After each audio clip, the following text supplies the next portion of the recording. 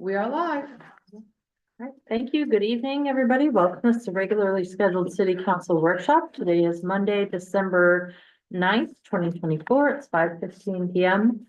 Around the table, we have a full house tonight. We have Councilor Leonard, Councilor Beck, Councilor Tremble, Councilor Mallard, Councilor Fish, Councilor Hawes, Councilor Dean, Councilor Fournier, and myself, Council Chair Pelletier. And we're joined by our city manager, Deb Laurie. We are going to start tonight with an update on the encampment closure. Yes.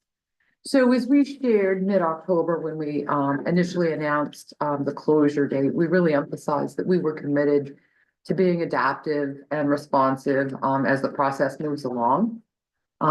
We recently received an update that the completion and lease up of the 41 units of permanent supportive housing, which was originally slated at the end, open at the end of this year, indicates it's going to be mid the second or third week in January. We have never, we've always emphasized the fact that our need to close the encampment and to support the individuals there is really tied to making sure we can get folks inside. It was never our intention that all 41 units would be utilized by individuals currently in the encampment, but what we do know is that the continuum of homelessness within our community is really stuck. So a big boost of 41 units was going to create some movement, but that would allow us to potentially look at traditional shelter beds, transitional housing, as well as some of these units.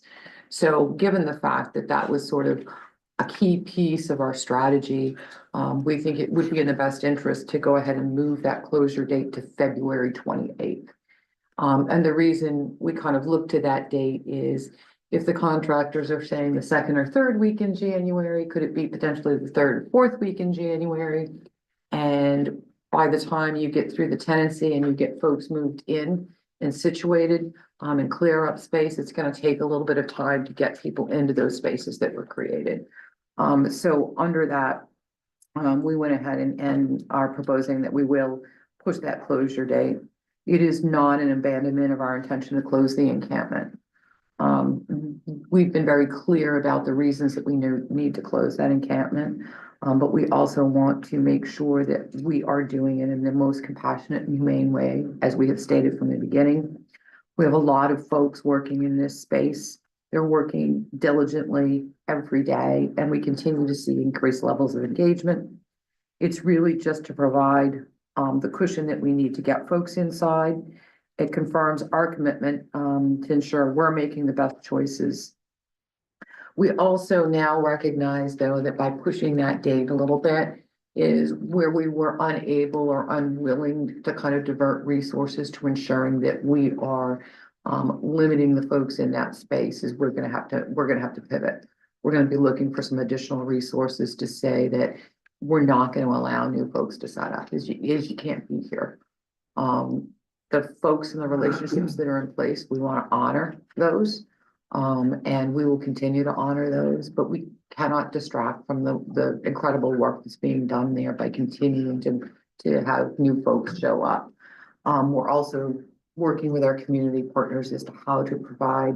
So for example, we had a couple who took advantage of some pet services that we offered who are currently unhoused in our community, but had plans to be reunified with other family members. So we help facilitate that today. Those folks will be able to now return, but they'll be returning in a better space and better prepared. So that's kind of where we are. And Jen may have some additional thoughts to add if you want to, Jen. And yeah. Thank you. Hello, Jenna Jones, Homelessness Response Manager for the city.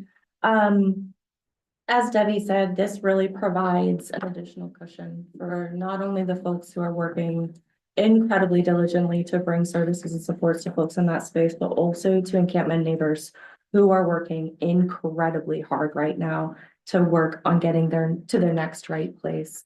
We have been really emphatic about the fact that we do not want this to be a sweep. Sweeps are incredibly harmful. They have higher incidences of overdose rates. There are increased likelihoods of deaths. associated with displacement. And we know that that does not work to end the cycle of homelessness.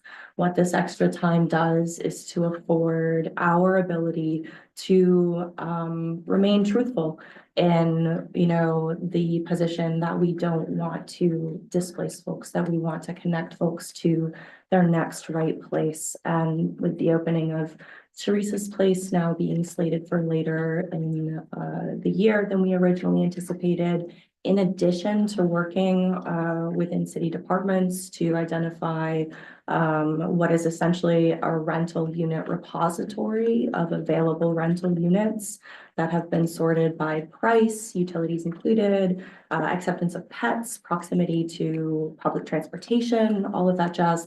This just gives us a little bit more time to ensure that the connections that we're making for folks to get them permanently, stably, affordably housed will be that much more effective in the long run.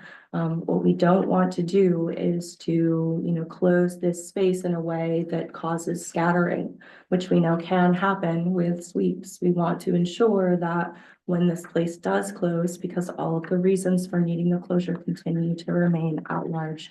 There was a fire in the encampment on Sunday that caused a total demolition of someone's structure. Very luckily, no one was hurt, but it was a very close call in that space. And we still know that harms are being done to folks in that area. We do have a responsibility to ensure that we are taking into account what those harms actually are and the risks that people face every day and every night when they remain unsheltered.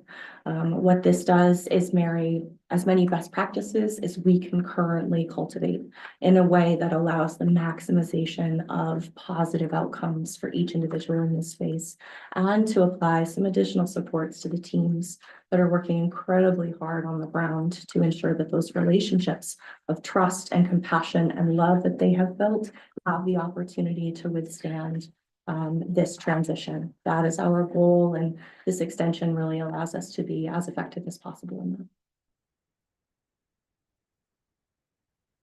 Questions and discussion?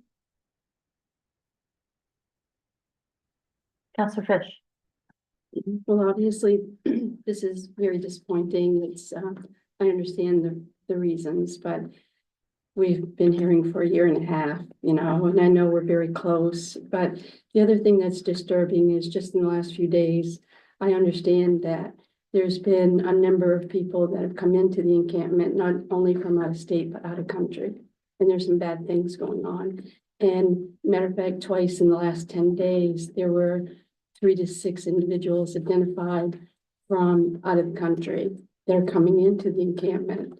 So with this extension, how are we going to, I understand we don't want to put people up, out on the street if we don't have the units we had hoped to have. But what kind of, penalty or holding feet to the fire, so to say, with Pennyquist Cap, with the Teresa House, how do we know that it's going to be available in January or February or March? How can we start to be just more aggressive in also patrolling the encampment to keep the people that shouldn't be there? Can we work more with the police department, or what can we do to monitor to keep them in February? How many more are we going to have? Is the 40 units not going to be enough? Because now we have, somehow we have to, get a handle on it. Sure, I hear where you're coming from on this, and there's a lot in there to address. And I'm going to try to touch on all of those. I think what's different about the work that we've been doing since October that really sets it apart from what's been done in the last year and a half is the concerted effort that we have on the ground right now, and how we've really chosen to lead this work in a way that creates the capacity for folks to believe in the change that's necessary to break these cycles. We are seeing really, really incredible movement, not just getting folks housed, but getting folks bought into the kinds of supports that help to kind of tear down that cycle that keeps folks entrenched in this lifestyle, right? And I think what's really important to remember too is that this space is deeply entrenched. This encampment has existed for years. There is no straightforward or easy way to dismantle it.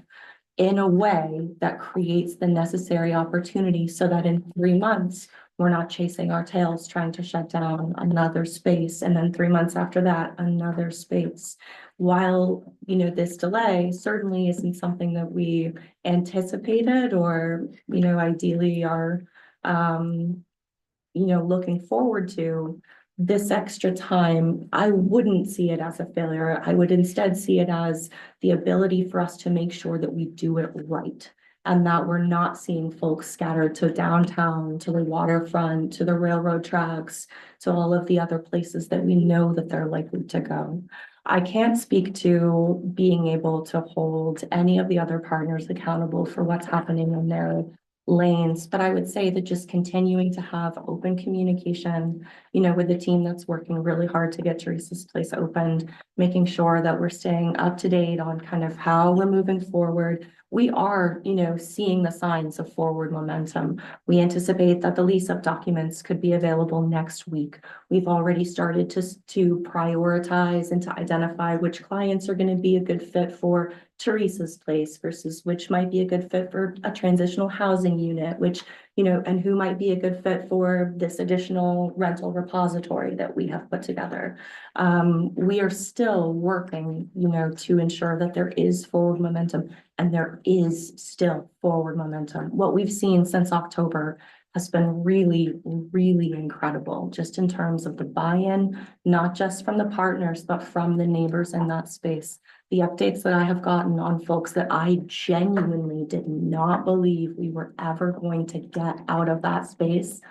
Oh my gosh. I mean, it really, really, really does fill me with so much hope that we have the ability and the pieces to be able to do this the right way, to maximize the good that we can do for folks who really need their next right opportunity. And I'm just gonna chime in because I think, Swordfish, I think it would be helpful.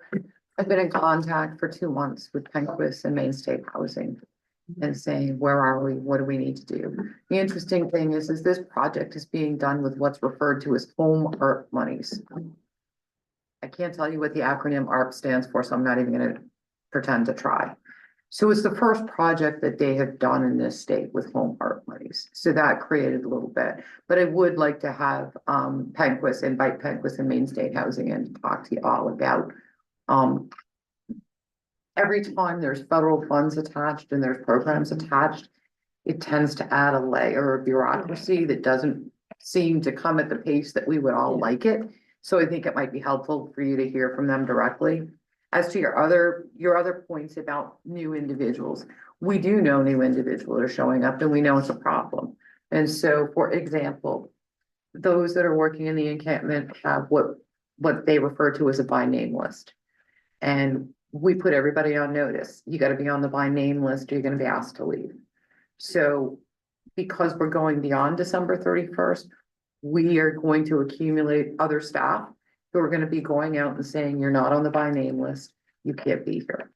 At that point, it's an opportunity to say, do you have a reunification opportunity? And we will work to facilitate that. But until we start, to your point, drawing that line and holding that accountability that you cannot continue to enter in here, it will continue to happen. We will do that later this month. And as we develop what that looks like, we'll be sure that folks are aware of that. Patrolling the encampments is kind of an interesting, so we don't disagree that the best solution to criminal activity is the police department.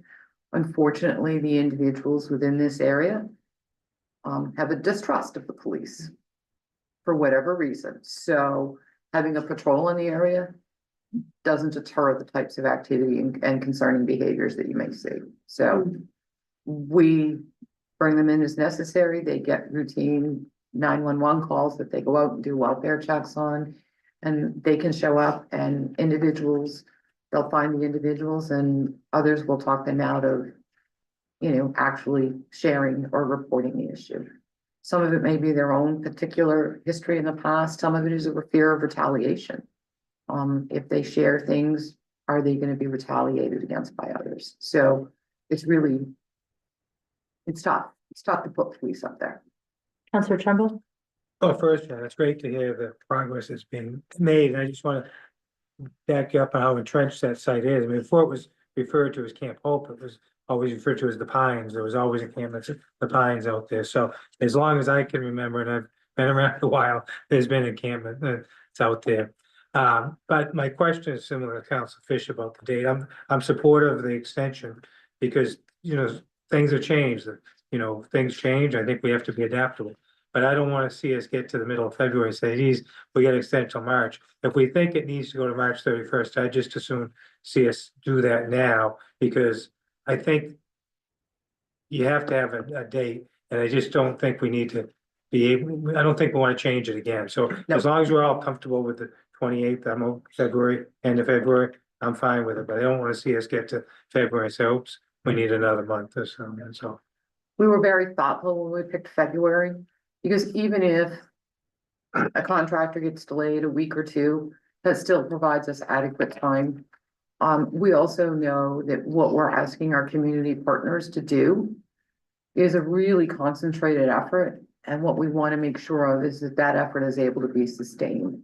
An additional 31 days may not be sustainable. And we want to continue to support them in doing that work. And again, we've said all along, it's tied to the number of units.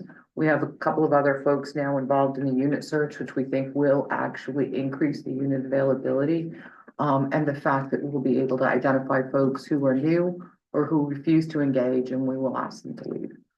That will lessen the footprint, and I think we'll have a better handle on the folks we're trying to get through. Counselor Mellor. Well, I'm a little concerned. I'm not in favor of extending. I'll be upfront. You've had a year. You keep talking about you've been doing things since October. What happened with doing things last February? I mean, I think She wasn't here. it doesn't But- matter. The department was there and she's Yeah. speaking for the department. That really bothers me because I know, I've been around government long enough to know, come February, you're gonna say, well, we need to extend to April. And we never finish anything. So I cannot fluctuate. Everyone I talk to, all my constituents, all the older people in town, and I'm the senior here, seem to, don't look at me that way, seem to think enough is enough. So I will vote not to extend. And this actually isn't an item for vote, it's my recommendation unless the Well- unless the majority of the council is opposed to it.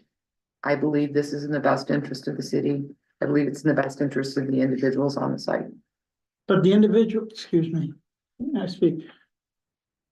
The individuals are living in conditions that they brought onto themselves. It's this cleanliness is not a consideration out there. That's why you can't get housing for a lot of them. If you were a landlord, would you want someone coming from the encampment to your house, knowing the condition that they lived in the encampment that they created? We didn't create it. I think there are any number of reasons an individual becomes homeless and what behaviors they engage in because of the circumstances they find themselves in is not necessarily reflective of who they may be in a different setting. Oh, I think you're very optimistic. I don't see it that way. That's okay. I've been around too long and seen too much. But, you know, whatever the board decides is fine, but as I said, I'm adamantly opposed to changing. Counselor Dean. I am not typically in favor of extensions because I think once you start momentum, when you extend something, you kind of lose that. But I certainly understand in this case, I think it is the best thing waiting for Teresa's house. My concern is more those that are still entering the encampment. Do we know, are they entering because they have someone they know there? Are they just Sometimes. coming here because they've heard that they can still find a place to live in Bangor? Yep, so we do know one that showed up because they know somebody. We obviously, we can't get to everybody, not everybody's willing to share, and the only way frankly sometimes to get somebody's identity is to take police with us. Because it's the only way we can force someone to identify themselves. We are holding off on that, we're gonna try to do that ourselves here in the next couple of weeks. They have until Thursday to get on the by name list and get engaged. And then we will take a separate group of staff out to be engaging with those folks who aren't on the list and telling them, you gotta have a plan, what's your plan, because you need to be out of here by December 31st. We're gonna protect the relationships for those that are engaged, that have done what we've asked them to do and get on the list. But everyone else, we're gonna have to start asking them to leave. But I'm just confused as to why anyone would enter knowing that we're not accepting new individuals. Well, we've I mean- never asked anybody to leave, and when we did, it didn't go well. We will ask people to leave, and I think when you ask people to leave, that will shift. We've heard And who will be anecdotal. doing this? You haven't pointed anyone. in We haven't, particular. no, we're gonna have a little small team of folks that'll do it, that actually have the information they need, so that if somebody is looking to get somewhere else, we'll help facilitate that, but you can't be here. And if it's done quickly, then we can Correct. send them somewhere where they might be able to get the help that they need. Correct. Correct. And I think the one thing to think about too is one of the tools that we use when we're asking somebody to leave who does not want to comply is we issue a criminal trespass order. And what I want to be clear of is that a criminal trespass order does not become part of somebody's criminal record. So a lot of times people hear, you issued a criminal trespass order, you're criminalizing homelessness. Criminal trespass order does not become part of someone's criminal record. What becomes part of someone's criminal record is if they violate that trespass order and refuse to leave, and then police can then take an additional action, which that is what could result in the criminal charge. It is not the issuance of a criminal trespass order. People have the right to determine if they want somebody on their property or not. So that's most often used. Council Fournier, before we get back to people who've already spoken, I'm gonna see if we can go around the table. Go ahead. Thank you. So I guess what annoys me the most is, and I don't mean to, I know you have a little bit of a conflict with Pinquist. How can we hold their feet to the fire Mhm. that this gets completed in January I so lost. that we can? And I know you suggested that they come to the table here. Yeah. Let's get that Yep. sooner rather than later. Yep. That's. I hate moving the date. But I certainly understand where staff is coming from and extending the date, and it makes a lot of sense. But again, I wanna hold Pinquist's feet to the fire to get this done. Mhm. Yeah, they are somewhat notorious for dragging their feet. That's all I'm saying. And just to be clear, what I have offered is, this also has to go through an inspection process by Maine State Housing. So what I've offered is, I said, we will have our code folks go out and do it now. Do you want sort of a sneak preview and let them go out, see where everything is, make sure that anything they note is on the punch list, so that when you get to the end, you're ready. And we will commit to put our code staff there to get the inspections done once the contractor is done, so it doesn't create a delay in the lease up. I've asked the same commitment of Maine State Housing, because it has to have Maine State Housing inspections as well.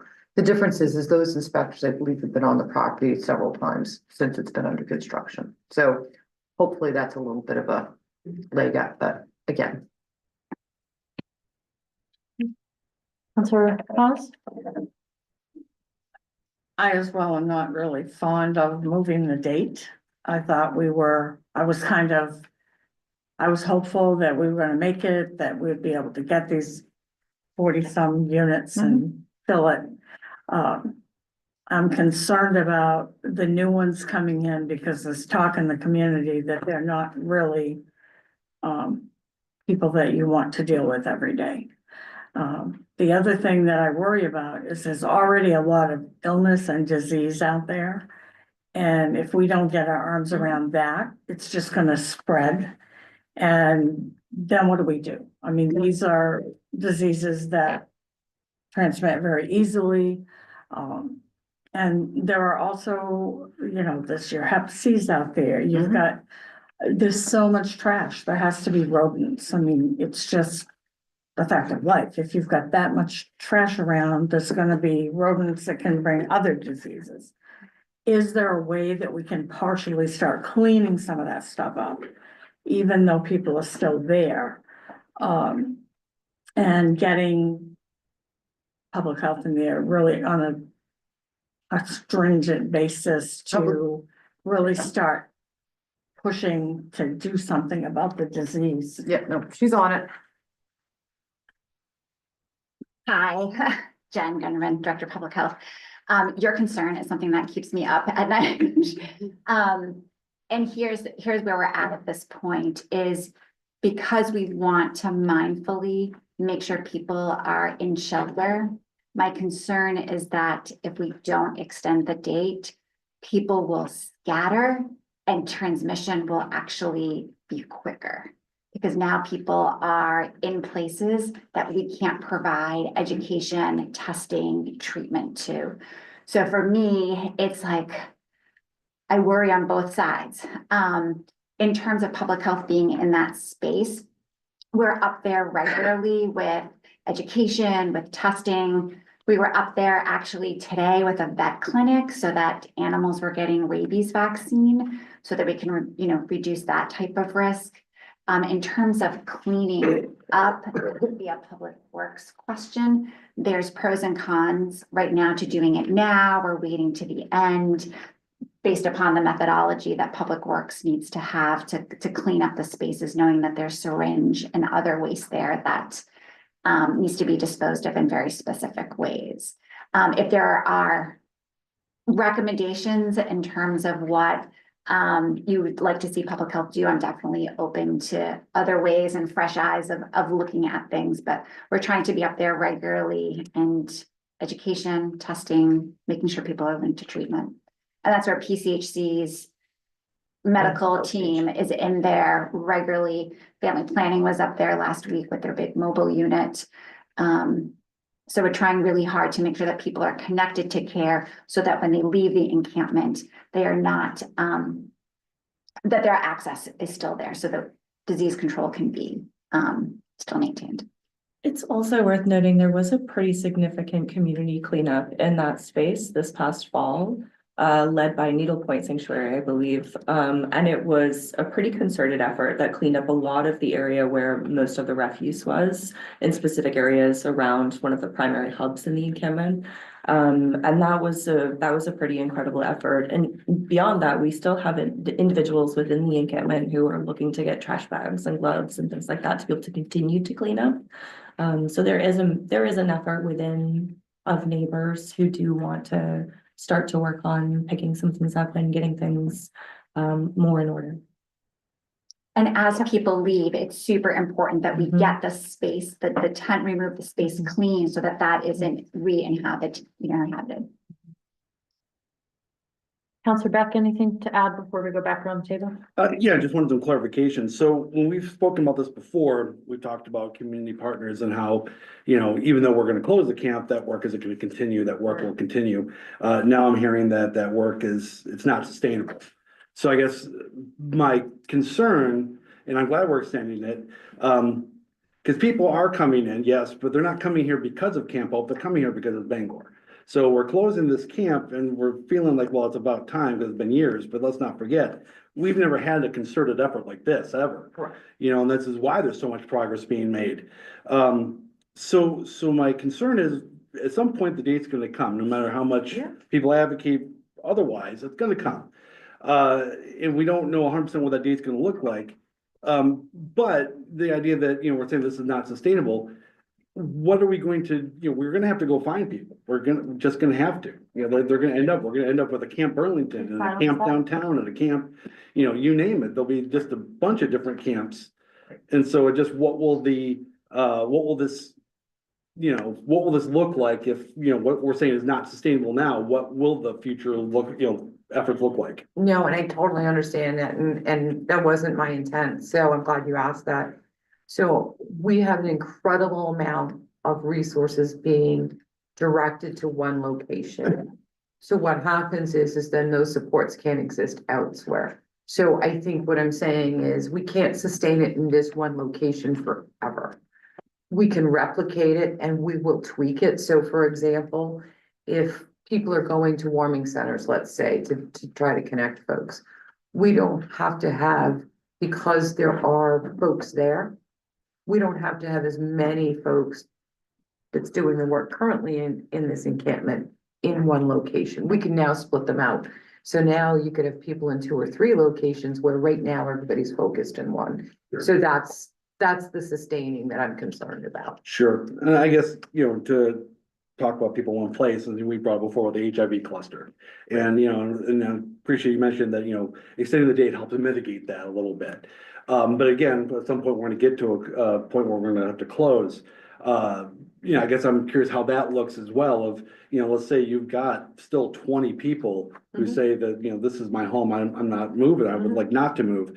And, you know, you've got another 10, 12 cases there.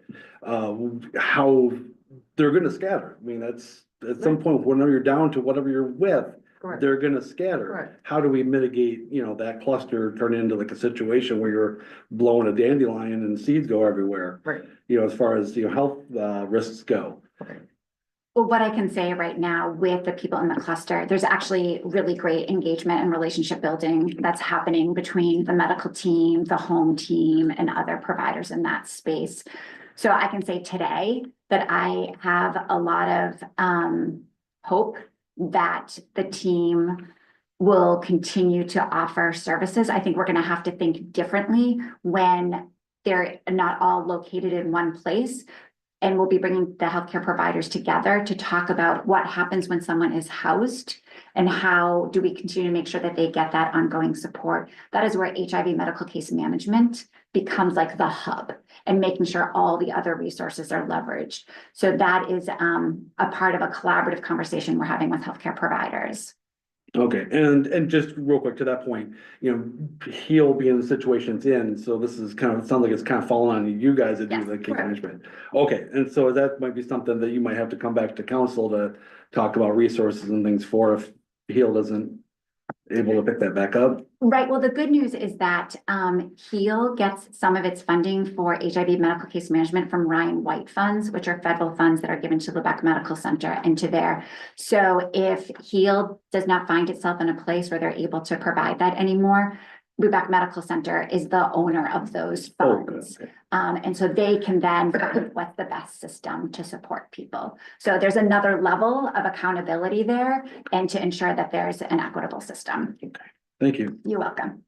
Councilor Leonard, anything to add before we go back around the table? Most of the conversation was reflecting some questions I had. I did want to actually sort of combine the sentiments of Councilors Fish, Councilor Mallon, Councilor Tremble regarding what that final date is going to look like, regardless of what it is. And for me, the dates are relevant. It's more so about what's the end result at the end of the day.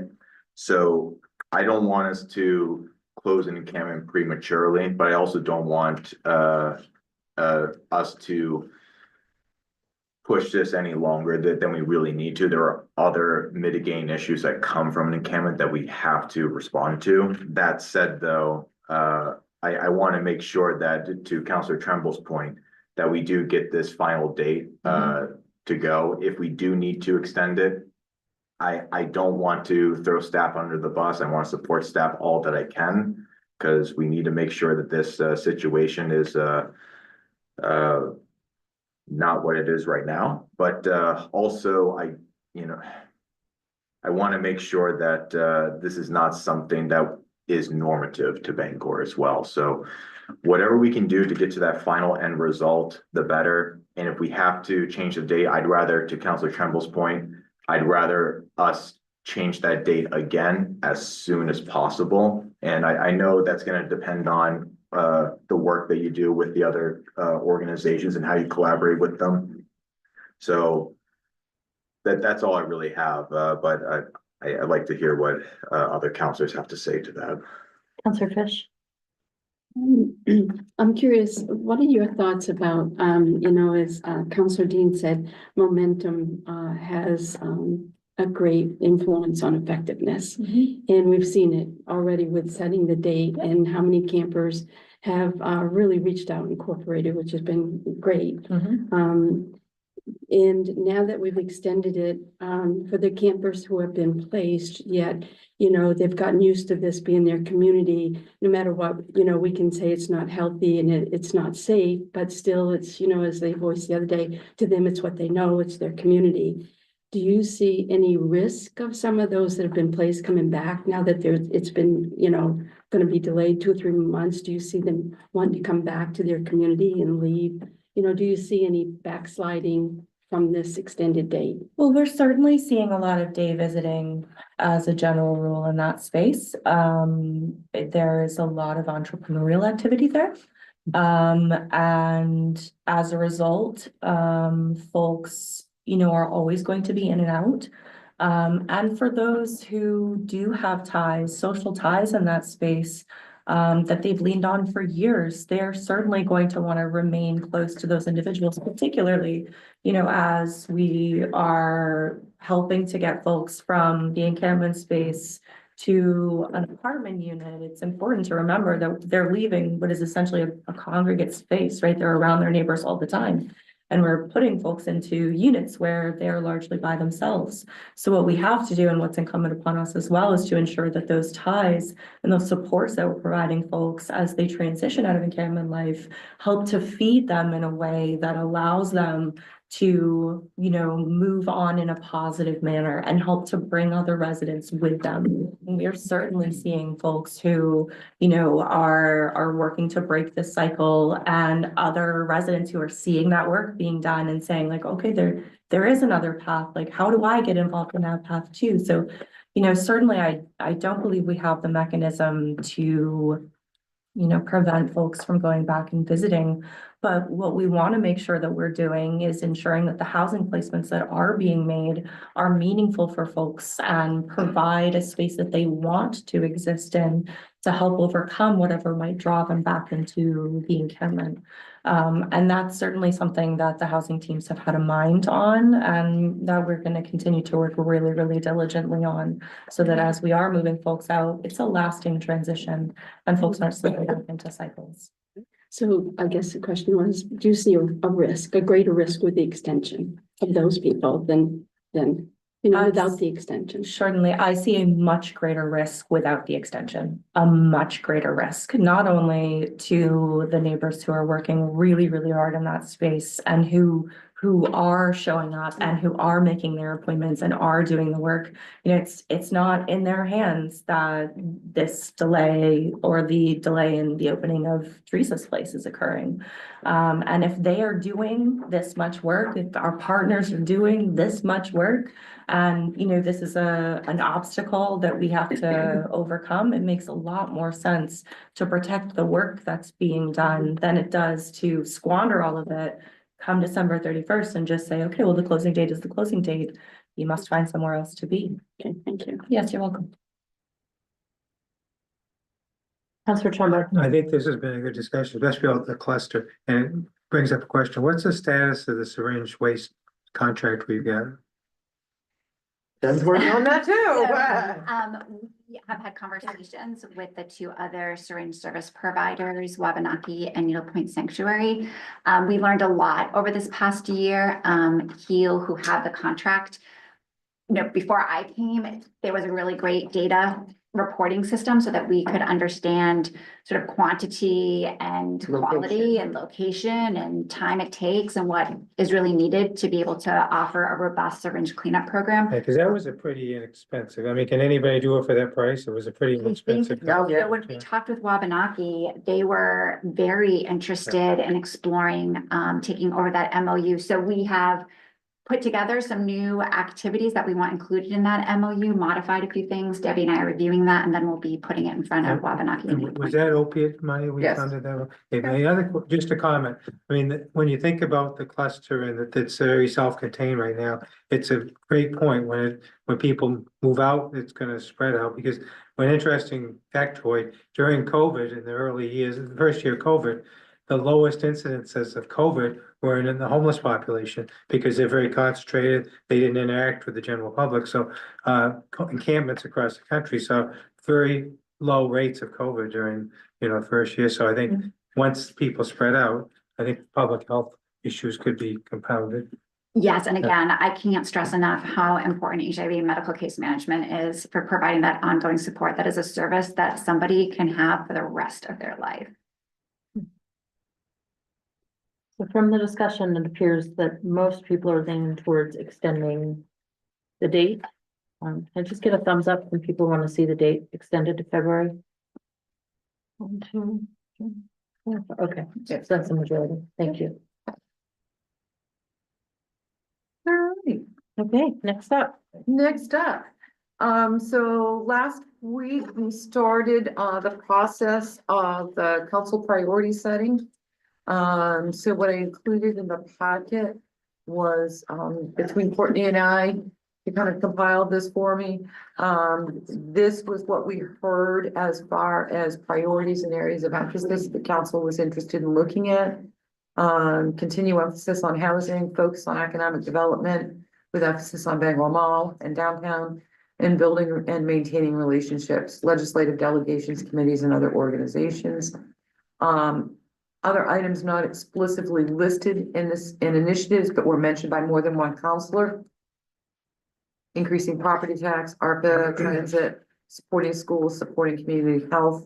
There are also a request for a number of updates and information. I also included in the packet sort of the summary of the initiatives that were currently underway. We highlighted the ones that had come up.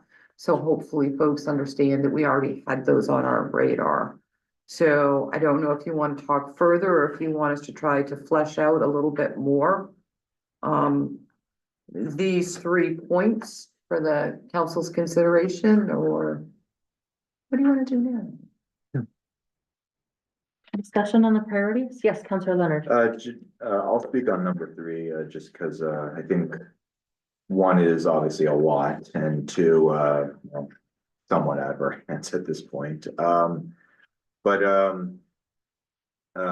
In regards to relationship building and legislative delegation relationship building and the relationship that we have with other committees, do we want to have a discussion at this table today about what are those relationships that we want to consider as priorities to build? Obviously, I know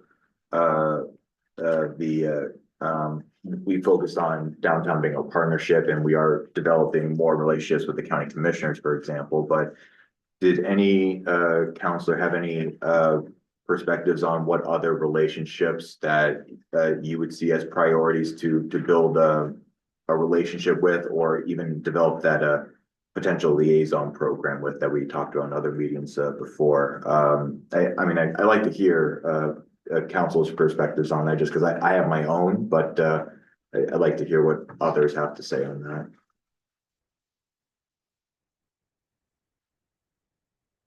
Councilor Beck. Well, I for one would like to see us have regular meetings with our legislators. You know, rather than just, you know, one big meeting, you know, we can find a way to maybe have quarterly meetings, you know, kind of update each other on what's going on and how we can work together. Councilor Trumbull. No, I agree with that. There used to be a service center coalition. Is that gone away? No, it's still there. Are we involved? I mean, is it Yeah. active or? Yeah, no, I went to the meeting yeah. last week. I went to a meeting. Because I mean, I think when you look at the legislature, I mean, it's changed. I mean, it's a very rural versus urban atmosphere in the state right now, and I think we've got a lot more in common with, you know, Lewiston and Augusta, Waterville, Portland than we do with probably any city north of us, maybe Right. Old Town Rono, but other than that, there's not a lot. I don't know, we need to partner with some of the other cities that are our size and see what we can Yeah, get done together. I think we would be better off to join the mayor's coalition. Mhm. The mayor's coalition is comprised of the Portland, the Lewiston, the South Portland, and Augusta. I can't remember. I think they're Waterville. Biddeford. But the Service Center Coalition now has 26 or 28 member communities. And to your point, there's a pretty wide divide in that membership. So if there's interest in kind of getting more towards our urban neighbors, I'm happy to reach back out to the mayor's coalition to see if there's an opportunity to rejoin that. And I think that coalition, part of the dues that you pay maybe all the dues you pay go to engaging a lobbyist and That's correct. on Because behalf. we rejoined last year. Didn't we pay the dues last year? We did I not. thought we talked It about wasn't, right, but there was not a majority Oh, there that wanted to, wasn't, okay. to support it. Counselor Fish? Maybe also, I think these are, legislative, very, very important. I think one of the other areas too, I've seen a lot of emails and over the past year and just even before getting involved in council, just being involved in real estate. If somehow we could have a better communication or look at how our code works with our developers. I know we have the house plans that are gonna be pre-approved, that should be a big help.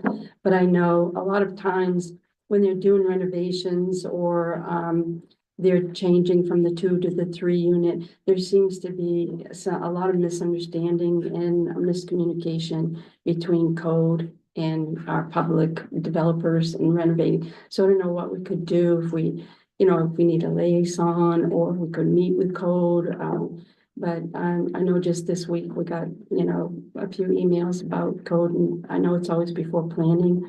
But sometimes maybe instead of just going right by the book, I mean, we want to be safe, but there's just a lot of old houses in Bangor and sometimes working to see how can we make it work instead of, no, it just won't work.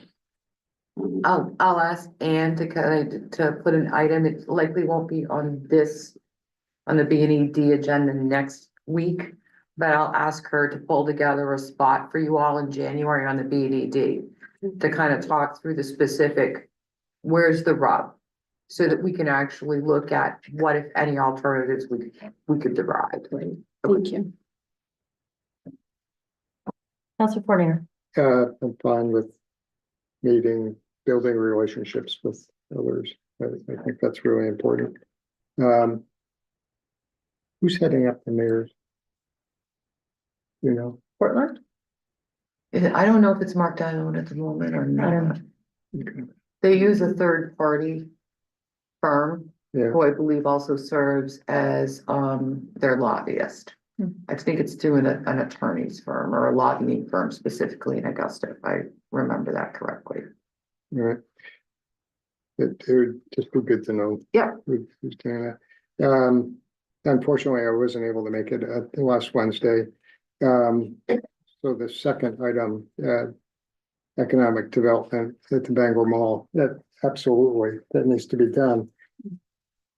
The problem is the owner of the Bangor Mall, Yes. and how we deal with the owner of the Bangor Mall, Mhm. because you can't deal with them.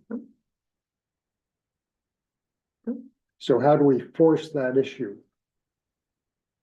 Yes, and I think what you saw is a great deal of movement when the city filed its 80K motion in the courts for the notices of violation that they failed to cure. We have a number of other notices of violations they have failed to cure, and we are waiting for a court date. And I believe that will again create movement. Whatever leverage we can do there, Yep. it's just gonna greatly enhance Yep. the Bangor community and the region. That's all I'll say. Counselor Dean? Just to piggyback on what Counselor Fournier was mentioning about Bangor Mall, I'm assuming taxes are up to date, so that is not somewhere Yeah. that we can, Nope, so it's just the code violation. yes, that's our, Do we have complaints from those that are renting space? yeah, and those complaints are what generated the first sets of notices of violations that we issued that we actually had a court date for. And have we had any injuries?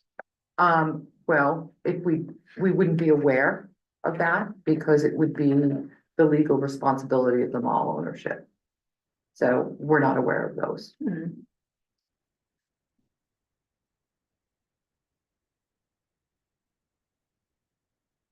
Others, discussion on priorities? Counselor Beck?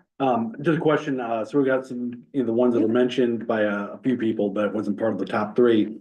For example, public transit, a lot of people want to see Saturday service come back. Is that something we can look at moving up to, looking at public transit, as one of our top priorities.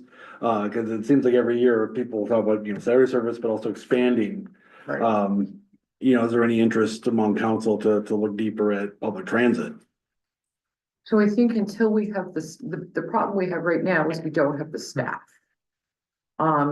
Later on this evening, you're gonna be actually accepting some grant money Yeah. to MDOT to actually help us fund a training that will hopefully return us to the staffing level. So I think if we could get the staffing level returned and stabilized for a greater period of time, then we have the opportunity to say what's next. But, as it was last Wednesday or Thursday or Friday, our superintendent was driving a bus again. Because if the superintendent did not drive a bus, there would not be bus service. And that grant we're accepting is for the training and. It is. Yeah. so, It okay. is, and we're actually kicking it off. I think the training, I think it's sometime in January is when the classes are actually starting. To actually be able to pay a third party to do this work is gonna be huge for us, because in the past, we've done it with our own staff, and that just, we've gotten it done. But in the shape we're in right now, it just pulls from a very limited pool of resources to be able to do that. Counselor Miller.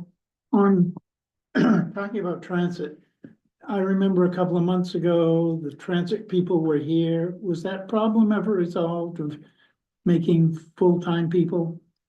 We continue to meet with, their representatives of the collective bargaining agreement. And we have not come to any, we're not in an open negotiation period. As you heard, even some of the transit drivers expressed, they didn't want to be full-time. So there are people who want to be full-time, there are people who don't want to be full-time, so, we continue to meet with them, but at this point, there isn't any agreement in place. When's the agreement up? I believe that agreement expires in June of 2026.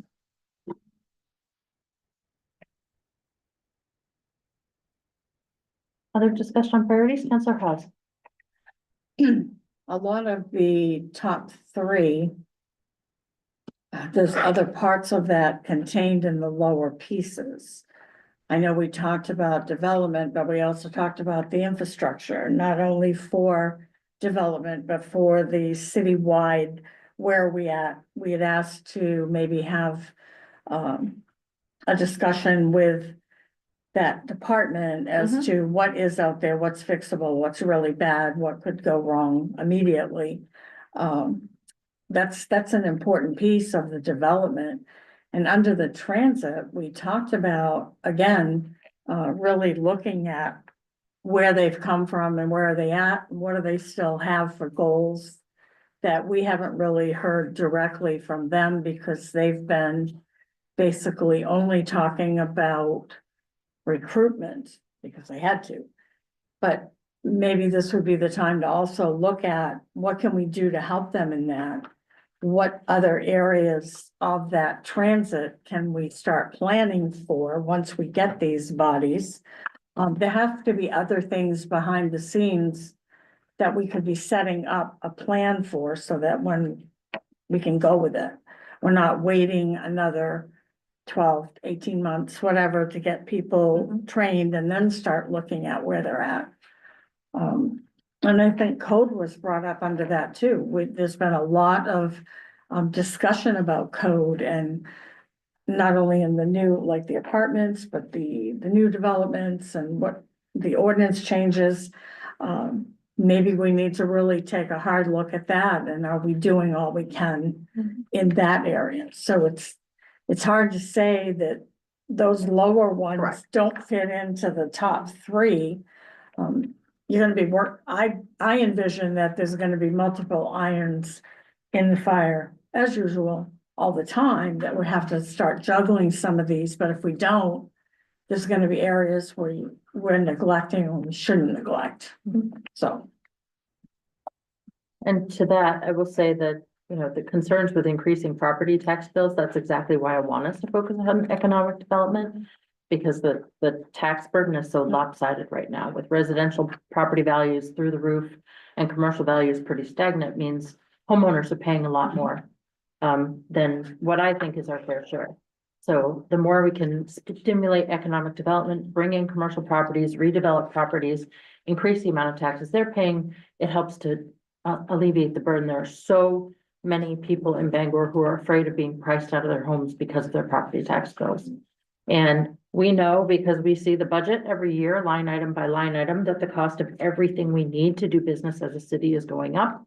Because of inflation, it's gonna keep doing that. So the question is, how do we rebalance the scales so it feels more equitable for everybody? Councilor Trumbull? Well, I mean, sometimes you just don't state the obvious. I know what comes up under current initiatives, but I just think, for me, one of the biggest priorities is the recruitment of the city manager. I mean, I think that's the biggest thing we do. I mean, I think we're gonna, hopefully, when we hire a city manager, they'll be around 10 to 12 years, which is average, not 3 years.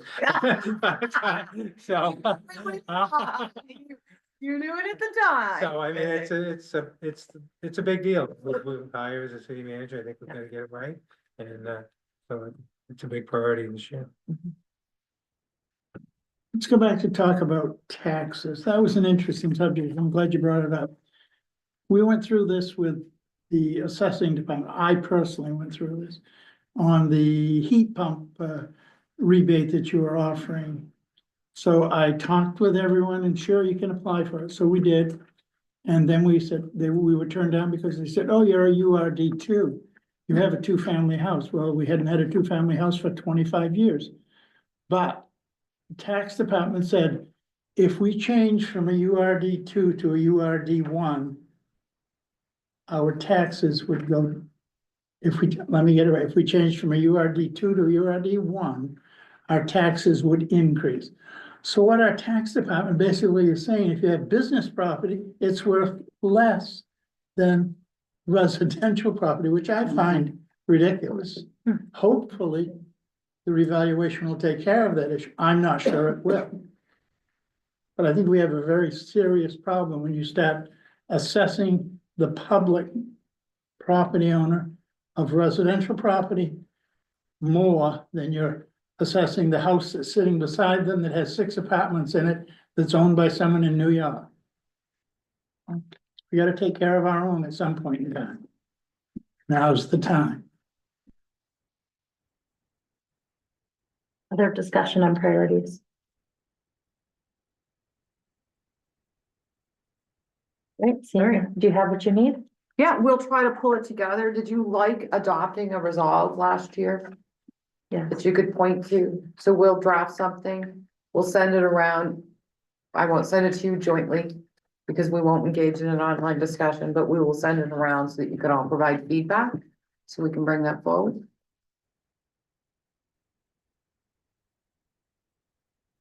City council guidelines. Yes, so we also began these, I'm just looking because I want to be mindful. We do have some executive sessions that we need to get to for 6:45. But we talked about this, when we held our initial council meeting and our training session. We actually did a little bit of discussion on the draft city council guidelines. We did this on November 20th. So I just brought forward the document again. One of the areas particularly that we spent some time talking about was public comment. We talked about the fact that the city now should be adopting a public comment policy. It is now best practices. We talked about the start time and what public comment looked like. There was a request to find out what other similar communities were doing. We just kind of looked to Augusta, Lewiston, Portland, South Portland. Augusta doesn't have any information related to their public comment period. But we are by far the latest starting council.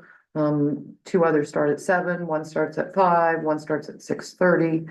So if you want to consider changing your start time, public comment is a little bit different too. Most folks are doing them at the beginning of the meeting. Some are splitting them. So for example, Lewiston, they limit their speakers to 3 minutes and they allow 15 minutes public comment.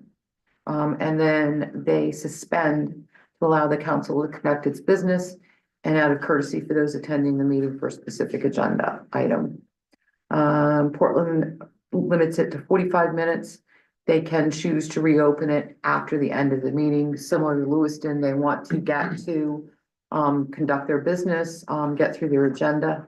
Interesting enough, Portland's actually says that they will not restart public comment if it's after 11 p.m. Oh my gosh. Just saying. South Portland, they do start at 6:30. They split it into 2 sessions.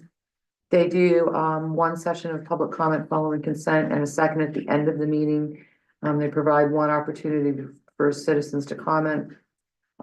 Their website actually indicates that to comment during a meeting, an individual must attend in person unless the meeting itself is hybrid. So there's another little twist. We continue to be open to accepting comments either in person or virtually, which I feel feels more inclusive. Transportation can be an issue, getting out of someone's home can be an issue. And so that one felt a little bit of an overreach, but all are limiting public comment in some way or fashion. And chatting with the legal department, they actually expect to bring forward that draft policy for public comment in January for you. So just to give you a heads up. Didn't know if there were any other. Why don't we talk, because I know several people were interested in discussing the starting time. Why don't we talk about time first? And then we can talk about public comment. That sound good? Councilor Leonard?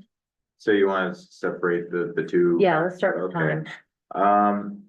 I'm fine with a earlier starting point. I'm sure everyone in this room would agree to an earlier starting point. My only concern is I know we sometimes put a few workshops beforehand, and the one thing I would hesitate if going too early is if we end up creating another day to have a council come in. So that's really my only hesitation, but if council's okay with that and staff feels like that's an okay thing to do, starting time does not matter to me. My only concern is putting more staff and council time into another day. Other comments on the time?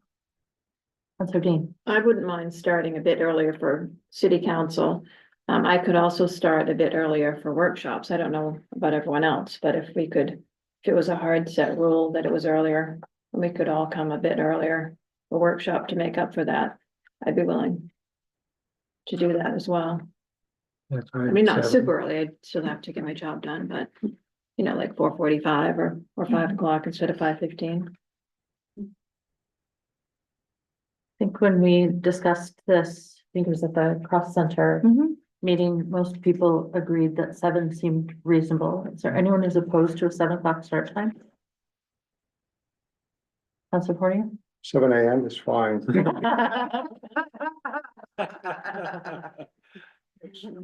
So in order to do that, I assume we want to give the public ample notice. So would we announce it and then have an ordinance and then we maybe move to it in January? Yes. To give people Yep. plenty of time to adjust.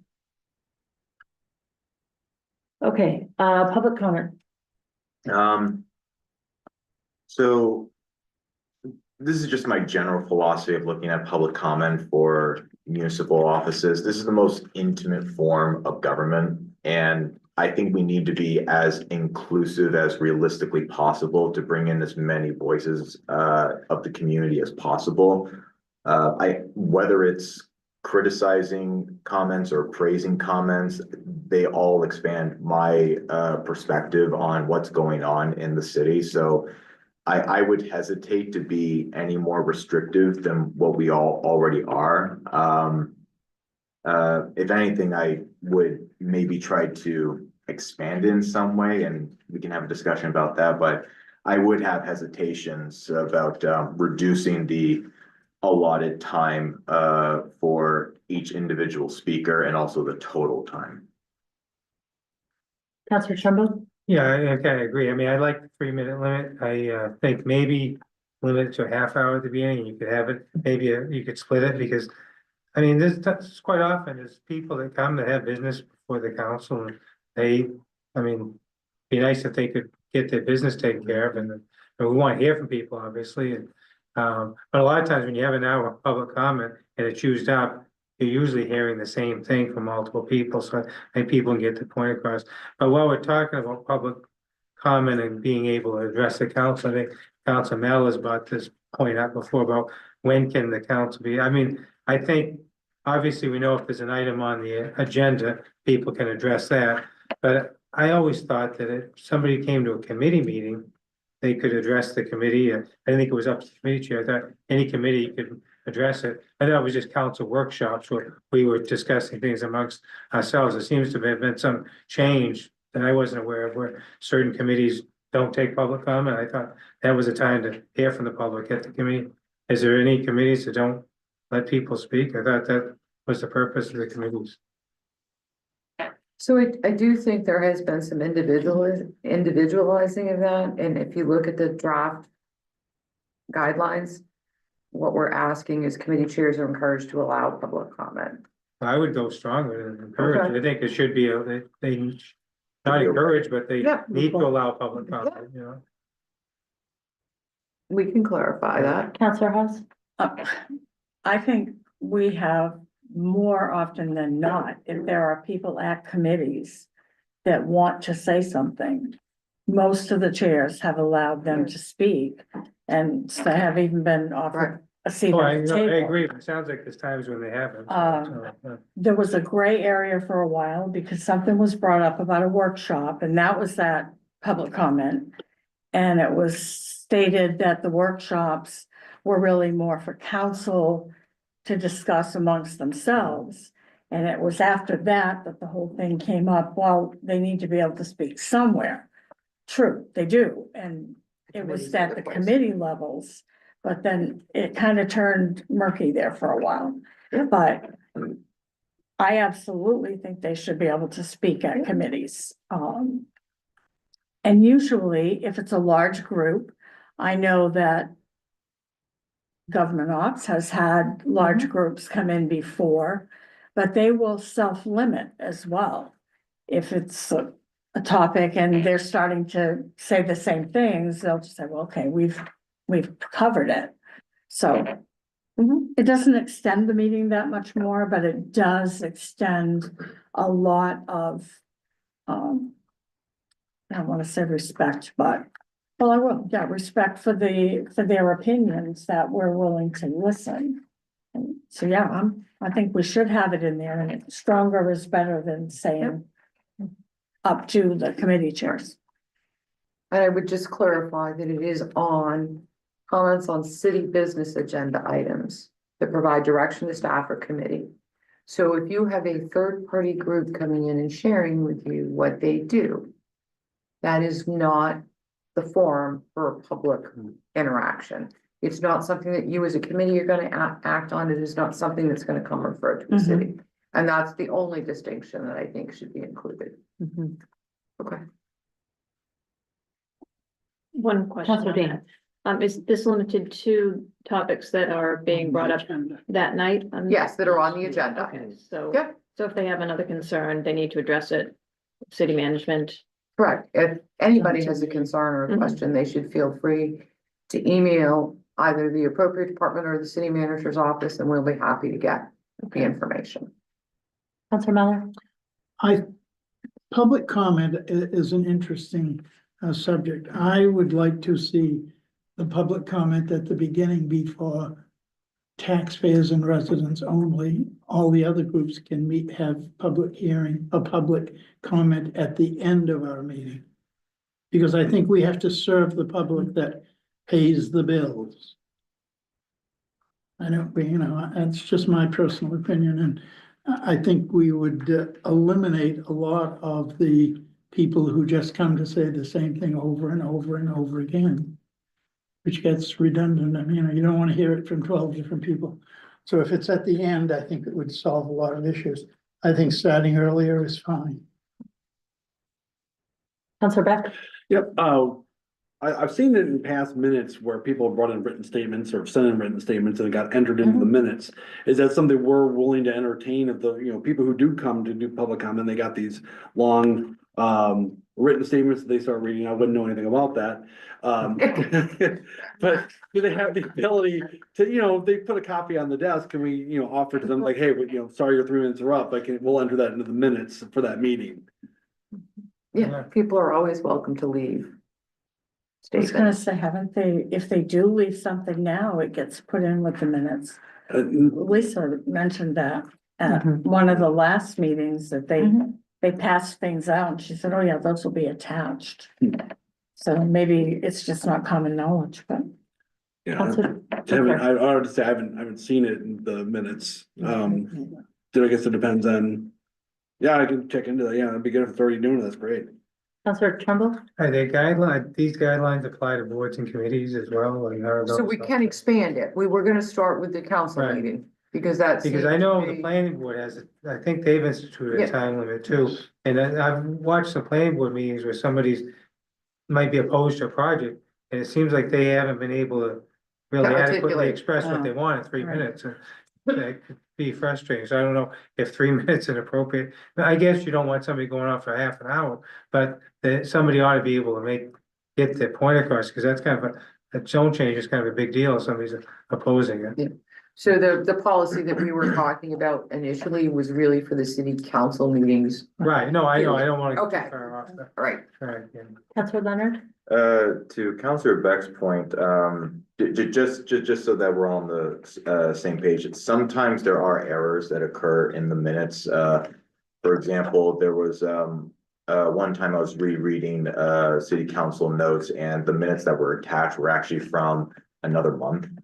And so, you know, no one's to blame on that. I get that there's a lot of issues that do come about, but to Counselor Beck's point, it doesn't really matter if someone submits their long statement into the minutes, if the minutes are attached are actually not related to the actual council that was being the actual council meeting that it was related to. So if we are gonna do that, which I actually do like that quite a bit, we do need to make sure that our minutes are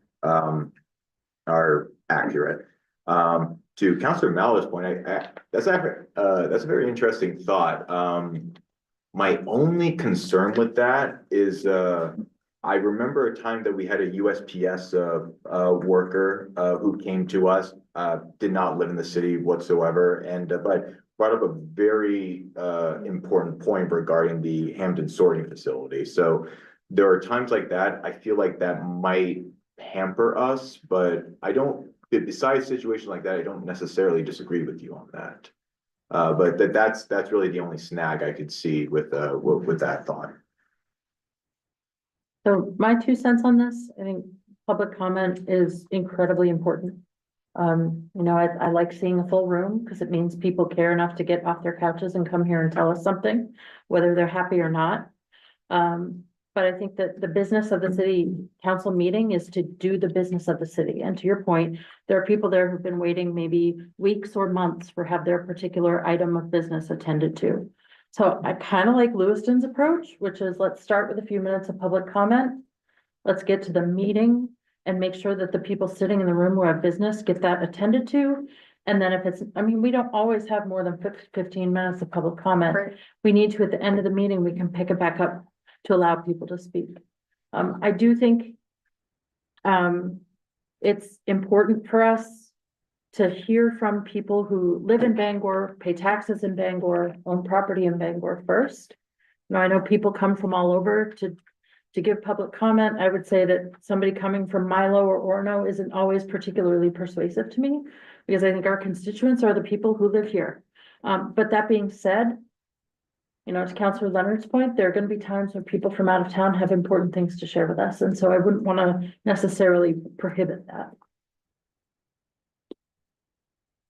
Councilor Fournier. I think you're saying that only because you come from Lewiston. I do not come from Lewiston. I thought you were born in Lewiston. My dad was born in Well, Lewiston. close enough. And maybe there's a compromise there. Instead of maybe 15 minutes, maybe we do 30 minutes. If we start at 7, and then maybe we do the first 30 minutes Public as comment, public comment. and then Yeah. some at the Get end. to the business of the city. Yeah, Okay. Well, what if we don't have 30 minutes in the beginning? Do we still extend it at the end? I don't think so. No, I mean, I No. think it's only if it goes beyond 30 minutes and Okay. there's still a need, we can offer another period at the end for those that are here. I don't know that you wanna, Yeah, people can meet at the end. correct. You could see that happening. I'm seeing a lot of nodding heads. Is there anyone who is vociferously opposed to changing the start time or adjusting how we do public comment? Again, I think, making sure the public is well aware of the changes would be very helpful in advance so that people know what to expect and they can plan accordingly. Just a quick point of clarity. So on the splitting part, so if the first session ends, you say, hey, see no one approach, then we're not gonna bother with the second half at the end. Okay. You think that will happen? I do. Cause him and I are on council now, so. we got a I've got shot. public comment We got a now. shot. 6 minutes. The odds are getting better. Didn't work at the first.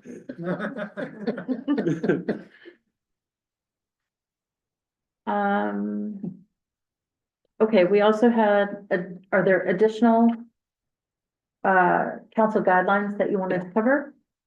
Well, I guess if, I would really appreciate it, I will make the change related to ensuring, that public comment is available at committee meetings. I will add in here, the Okay, just workshop clarify the committee, meeting, not public comment in general, but this item specific that's on. the on the committee Not agenda, just to correct? talk. No, whatever they want to no. talk about. No, we'll incorporate the, remote meeting policy. And a couple of other items, but unless there are anything else missing, would people be good? Yeah. Well, so and this might be something we have to have a discussion in another meeting, but one thing I would like us to revisit is, under section 7, council meetings, B, parliamentary procedures, talks about the city council operates under Robert's Rules of Order unless a particular rule has been superseded by a separate council ordinance. Yeah, And then later on, a couple pages up, it talks about suspension of the rules. okay, And I know in the past, the council has, suspended the rules to allow an order or something to be yeah, talked about that night. However, just the way our code's written, ordinance 915 says suspensive rules and uses the word foregoing, everything from this above.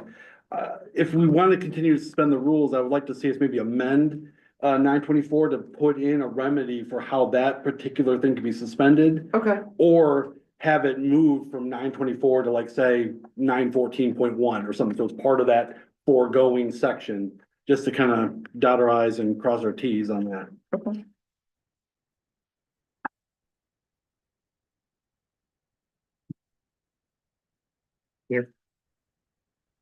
Other discussion on the draft guidelines? Okay, seeing All right. none. Cool. Thank you. City manager updates. So city manager updates this week, just a reminder, Wednesday night, the city council will have about an hour, with the school committee at the James Doughty School. You can go in through the front doors. They're gonna do a tour of the health center. That is one of the 2 middle school clinics that the council, allocated ARPA funds for. Councilor Beck has shared that he has been a customer already and finds it quite useful, so a good opportunity for you to see it. The superintendent and I met today and we just will, school committee has a meeting at 7, so they need to be out of there by 6:30. Not sure how much time there'll be, but just talk about sort of the legislative priorities. Obviously, they have the MSSA, which is their organization that talks about their legislative priorities. We can provide some update on the legislative policy committee from MMA. Talk about the upcoming budget process, and just frankly, an opportunity for you all to get to know each other a little bit before you're sitting across from a table talking about budget. So that's just kind of the quick plan for Wednesday night. Next Monday is a committee night, but we will also be adding a council workshop. And that council workshop will be to finalize your ARPA.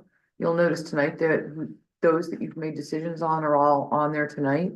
But the final reallocations, the coming back of the Christine B Foundation, I have met with them, so that we can finalize that at the 16th, for final committee council action on the 23rd. We will also have, the proposals back from the recruitment firms on that night too, so that you can get that underway. Are we still utilizing the ARPA advisor? So Consultant? now, I'm not quite sure what happened. So between the grant manager that we have, the grant manager at the county and myself, we've kind of divvied this up. So we'll add that next Monday, because we have the 3 committee meetings, most of you are already there anyway, so it felt like a good. Your absence, I will not be here on Monday. Correct. We'll need someone to run the workshop. okay. Tonight, we've touched on it a little bit on the council agenda. We have the resolve to accept the MDOT funds. And it's like Councilor Back is like 2 for 2 tonight, because we talk about the resolve to adopt the MDOT funds to help with the training, but we're also gonna talk about waiving second reading. So to your point about Robert's rules and what's included in our guidelines. The holiday parade, as I understand it, went very well this weekend. It was well attended. Just wanted to make sure if you didn't go, we had several entries from the city as well, so you should check that out. Just want to take a moment to thank all the employees across the multitude of departments for their role in ensuring a safe event. Because that would have been folks from fire, parks and rec, police and public works. So, it was really well done. Just a reminder, our next large community event will be the ball drop. And this event is changing its locale as well, and it's actually gonna be off the Pickering Square Garage. Oh. You remember it used to come off Patty Murphy's, they kind of owned it, they tried it last year on Wabanaki. Getting right there in that intersection can be a little dicey, so, putting it onto the garage, it creates an opportunity for us to have less closures, more open space, and I think probably a safer overall event for folks to attend, so. Pretty happy about that, so it'll be right in Pickering Square. That's all I have. Questions for the city manager? Yes. Just a question on the ball drop, actually. Yes. I know there's construction going on there. Yes, Are we we, will make sure. yeah, are we concerned? Okay. I'm not even sure which note to write that on. I've got many notes here. If I don't consolidate them. That's it. Industrial size post-it. I know. See no other hands, I will entertain a motion. Like to make a motion to go into executive session, MRSA 4056A, personnel matter. Personnel matter. Not personal. We have a motion, we have a second. Executive session requires a roll call vote. Counselor Leonard, Yes. Counselor Beck, Yes. Counselor Trimble, Yes. Counselor Mallon, Yes. Counselor Fish. Yes. Counselor Dean, Yes. Counselor Hawes, Yes. Counselor Fournier. Yes. I'm a yes. We are in executive session.